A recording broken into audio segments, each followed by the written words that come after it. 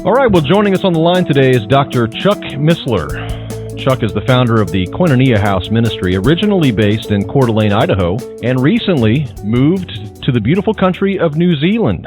Chuck, great to have you on the program today. Yes, Jerry, nice to be back with you. I appreciate the opportunity. Absolutely. So why the move to New Zealand? I know it's been a few years since you made the move, but some people are wondering, Well, where you... Yeah. We just felt called to that. We do have a publishing staff in Idaho, and we still have that staff there, but we actually have consolidated our video activities in New Zealand. We are located right in the middle of the North Island, and we have a direct connect to the internet backbone. We have our own ISP. So we do most of our worldwide video broadcasts from our studios there. So we enjoy it a lot because it's a very cosmopolitan environment and almost a gateway to Asia, strangely enough. So we enjoy it there. We're surrounded on three sides by water and have our own airstrip. So it's a study center kind of place, and we enjoy it very much. We sometimes joke about it that we're glad to be offshore, so to speak. We can go for several weeks without hearing the name Obama. It's really quite wonderful. Well, all right. So over the years, Chuck, you have focused upon the economy in your ministry. You've talked about some of the dangers that, a nation built entirely upon debt would inevitably face, talking about the history of it. What is your take on what's happening now? We haven't really had the implosion the way that some of us thought might occur back in 2010, 2011. We're still in this illusion of prosperity. The Fed has been able to pull off that wealth effect a little bit. But do you still believe we're in the middle or the eye of a hurricane? Do you believe that the worst is still yet to come? Yes, I do. And I obviously can be wrong, but I still believe that we have not solved any of the basic problems. The so-called recovery, both Wall Street as well as Washington are trying very, very hard to create use the word yourself, illusion, the illusion of recovery.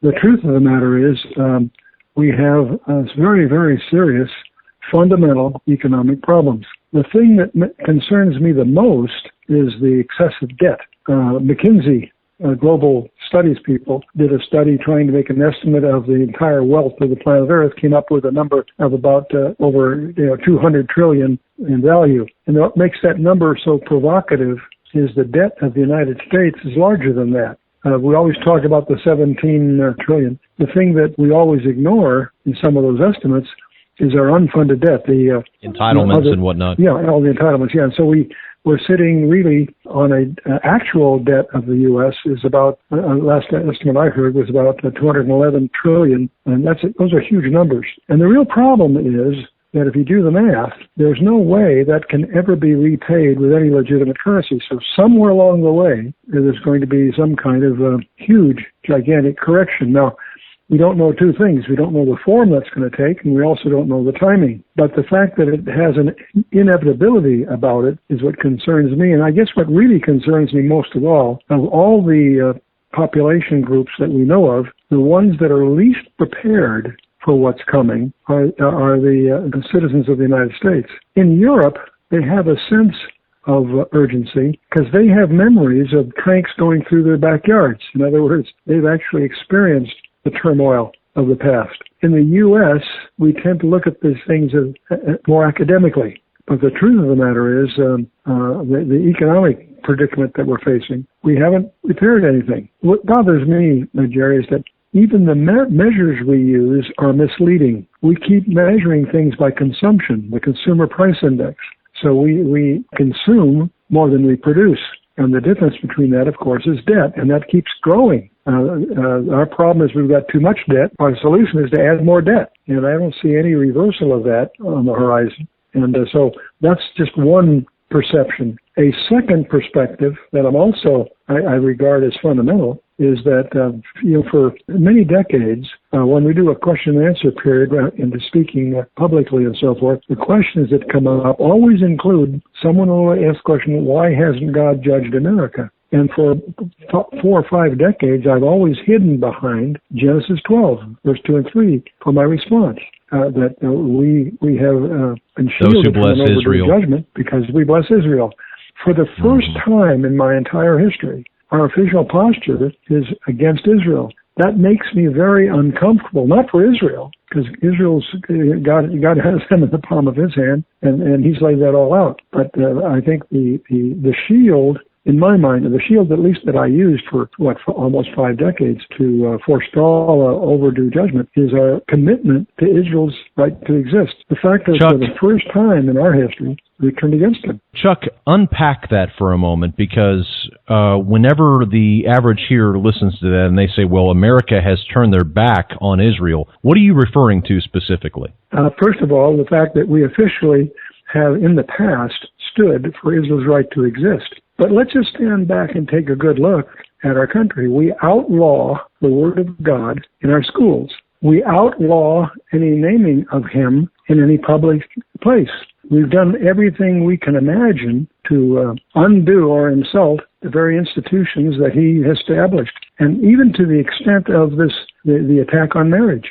For the Supreme Court to presume that they have the capability to define what a married couple should be is laughable, really. It's a tragic twisting, a misuse of what we call the law. So I think there's going to be an increasing civil disobedient tide coming as a result of that. But the point is, what we've really, as a culture, as in the United States, done everything to undo the very things that God ordained the concept of the family and the marriage. And for us to try to redefine that or abrogate it, the whole same-sex marriage thing is really an attack on the concept of the family in the true sense of the term. And so that gets into a whole other aspect, because I suspect that God's abandonment wrath may have already started. If we study the scriptures, we realize that there's several different wraths of God.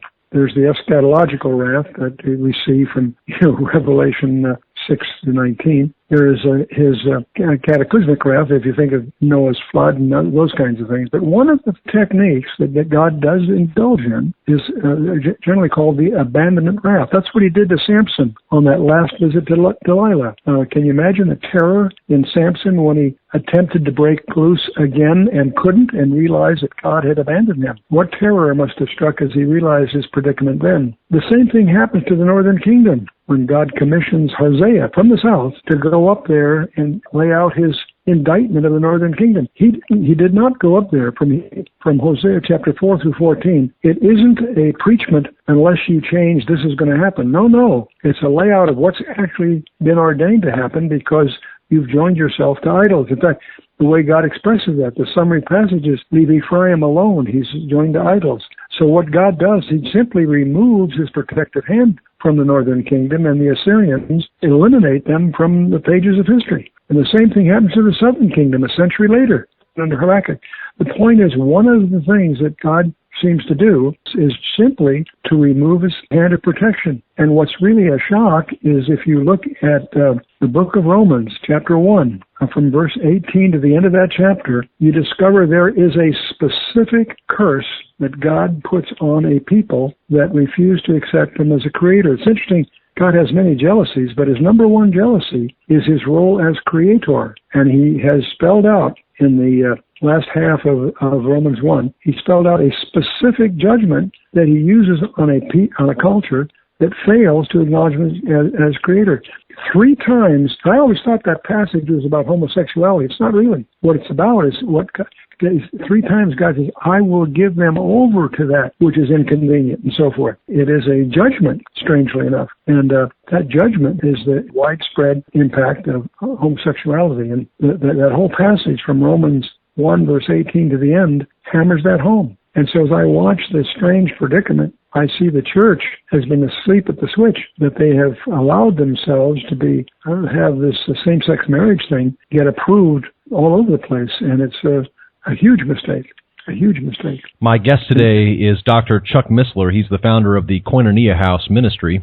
Chuck, we were talking just now about America and the role that the church itself has played in allowing many of these things to occur. We brought up the nation of Israel. I want to go back to that for a minute because there's a question I want to ask you having to do with Genesis chapter 15. Okay. There, that that amazing passage where the covenant is established between God and Abraham. And God expresses this idea, saying, "To your descendants I have given this land from the river of Egypt to the great river, the river Euphrates." Later on, we see that same language in the book of Deuteronomy, where to the descendants of Abraham, Isaac, and Jacob, this land, this greater Israel, so to speak, this much larger land has been given to the Jew.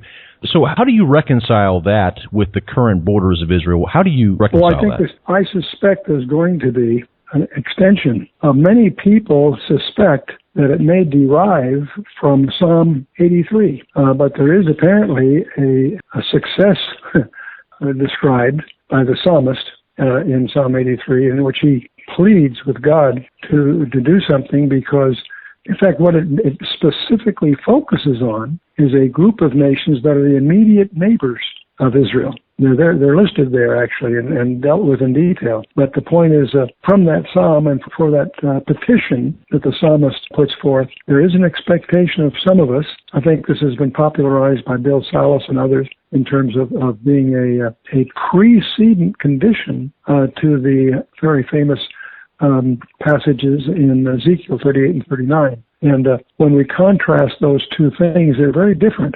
The protagonists in Psalm 83 are the immediate neighbors, and the purpose of their confederation is to wipe Israel off the map. It's interesting, their identity and also their motivation is very intense, very focused. In contrast to that, we spent a lot of time studying Ezekiel chapters 38 and 39, which include not the immediate neighbors, but a larger ring of protagonists that are deliberately attempting to invade Israel for spoil, gold and silver, cattle and goods. In other words, they're going to take spoil.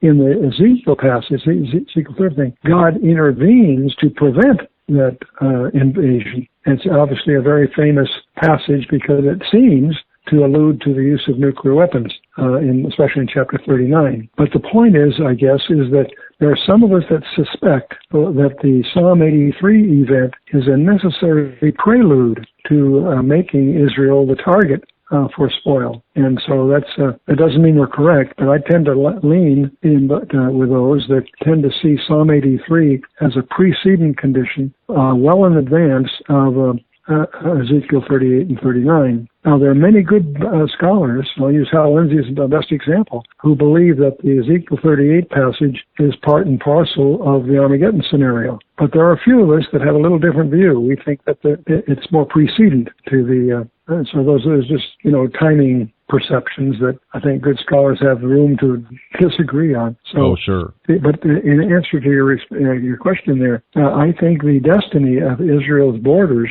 is something that will indeed ultimately be fulfilled. And so that's a viewpoint that I don't know if you want to try to stay there or move further, but I'll sort of leave that on your side of the court here. Well, as far as that land, that expansive greater Israel that is talked about by God Himself and talked about in the Old Testament, Deuteronomy, Genesis, it makes me wonder: is that what God views as the Promised Land, and we have instead carved up and divided the land for gain and have given Israel a portion of it? We've given them maybe 10%, and then we have given the rest of it through the, of course, through the Sykes-Picot Treaty. We've given the other 90% to Arabs, to Muslims. Absolutely, and God and Joel and others have a lot to say about those that would dare to partition. It's really God's land, and that's why those issues go vastly beyond just the local politics.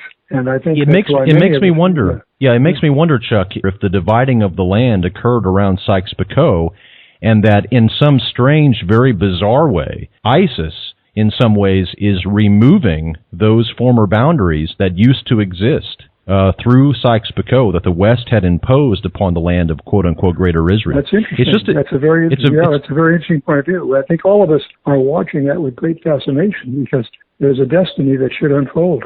Mm-hmm. Okay, so let's kind of shift gears here. We've talked about Israel, we've talked about America, we talked about the economy. You have an interesting platform in the fact that you have a global ministry. You are very unique in the fact that you're aware of the economic crisis. You're aware of the foundations of the economic crisis. I would probably have to say that the majority of pastors out there and ministers in general are not aware of fiat money. They're not aware of the cycles of the economy, the way that, obviously you have studied and the way I have studied. Would you say that's true?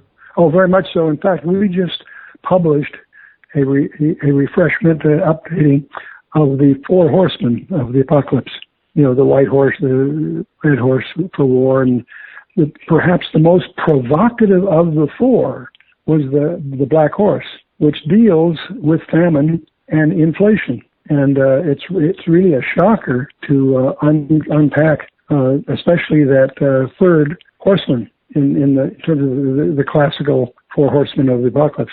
And so there's no question about the fact that we've apparently stirred it up in terms of recognizing that most famines are results of government decisions. It's not a lack of food; it's a lack of credit that causes bad policy. The famines. Yeah. Very much so. Very much so. The really get into that and take a look at the role of credit on the history of the United States is staggering.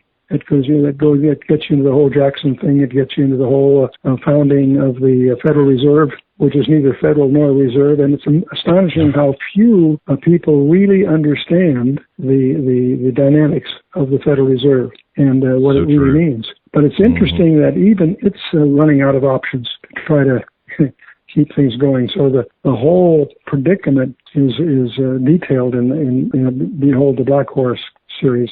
It's you speak of places where we need to upgrade the awareness of pastors. I think it's the dynamics of credit is one of the blind spots of many that would attempt to put our present predicament in perspective. The credit picture of the U.S.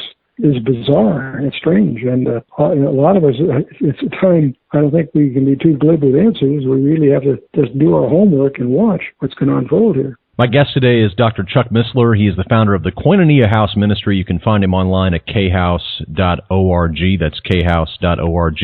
Chuck, another question regarding the economy. I'm sure your ministry receives many, many questions about the economy. I can't even imagine how many you must receive. Some of the questions that we have received have had to do with a very popular book that's out now called The Mystery of the Shemitah by Jonathan Cahn, where he teaches that cycles within the economy are going to cause another crash, and he pinpoints the date. He says that it's going to occur, the next crash is very likely, based upon the Shemitah, which is the land Sabbath, the 7-year land Sabbath in the Old Testament. He somehow connects it to the U.S. stock market and says that now, September 13th, 2015, the U.S. stock market is going to crash based upon the Shemitah cycle. Well, I find that very exciting because he's predicting September 13th. And we'll officially review that on the 14th of September. And I'm being facetious a bit. One of the things I believe that we make a big mistake in setting dates. You see, right. Divination is prohibited in the Torah. We are prohibited from doing divination. Prophecy is not given to predict the future. Prophecy is to glorify God when that future occurs. So there's a difference. And I think we make a mistake.